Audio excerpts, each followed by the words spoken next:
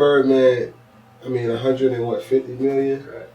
You know what I'm saying? How many platinum albums? Yeah, apparently 100 or 100 million, something like that. How many platinum albums? You know what I'm saying? Like, Rick Ross ain't did nothing but go gold.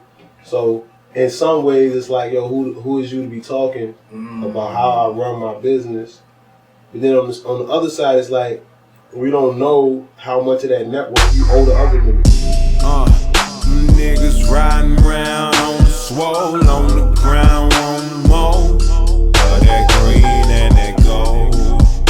Hey, some green and some gold. Hey, hey. So what do y'all think about the Rick Ross and Birdman beef? I personally didn't know what was happening. I knew they had a beef, like, cause every interview Rick Ross would like hint towards it and say he got a beef with Birdman, but I didn't know like the specifics behind it, like why they got beef. I just knew they had beef. Yeah. I didn't know the reason behind it. I remember the what was his joint? Put some respect on my name. Yeah. When he said, "Why you ain't pull up on why you ain't pull up on Rick Ross and Trick Daddy like that?" I knew like from then, because before that, Rick Ross and Trick Daddy had came on the Breakfast Club, and they was like, "Oh, you know, Birdman this, Birdman that. He don't want to pay them people." And then Trick was like, he don't know if he want to be a boyfriend or a girlfriend, or blood or a crip.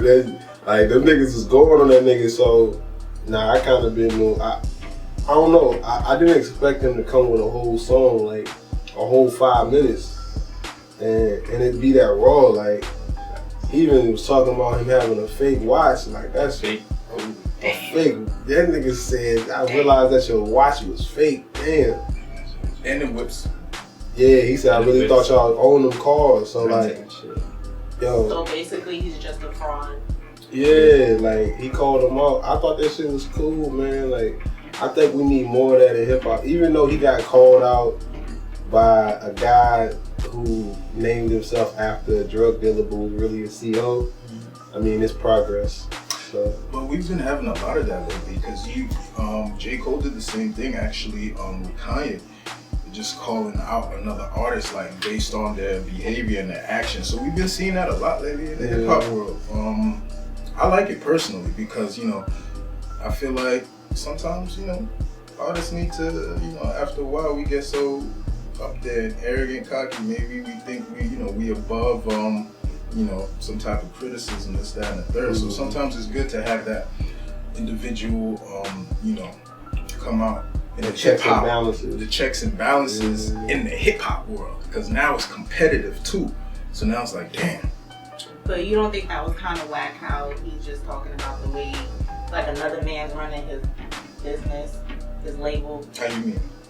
Like, he basically said, oh, you're not paying your artists, you're not doing this and that. Like, you think that was even his place, that he should have minded his business? Or? I mean, I'm looking at it from perspective, he's also a fellow CEO of his own, you know what I'm saying, label.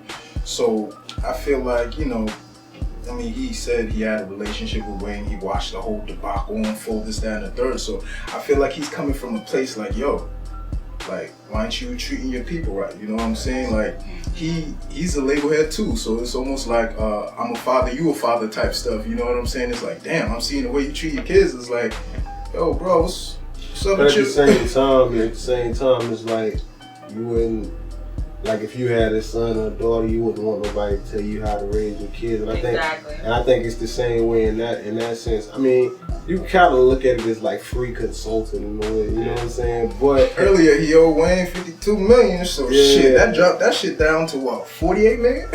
Net worth? That's actually in the lawsuit. In the lawsuit, it say he owed $51 million. That's crazy. And Turk just sued him. When Turk got out of jail, he just sued him. It's a lot of crazy stuff that went on at Cash Money, for Cash Money to thrive.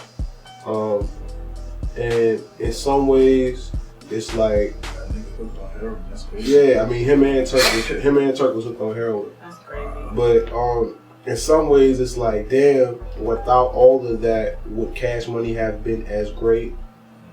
But then sometimes you might think, well, damn, Cash Money may have been greater had he just paid the artist.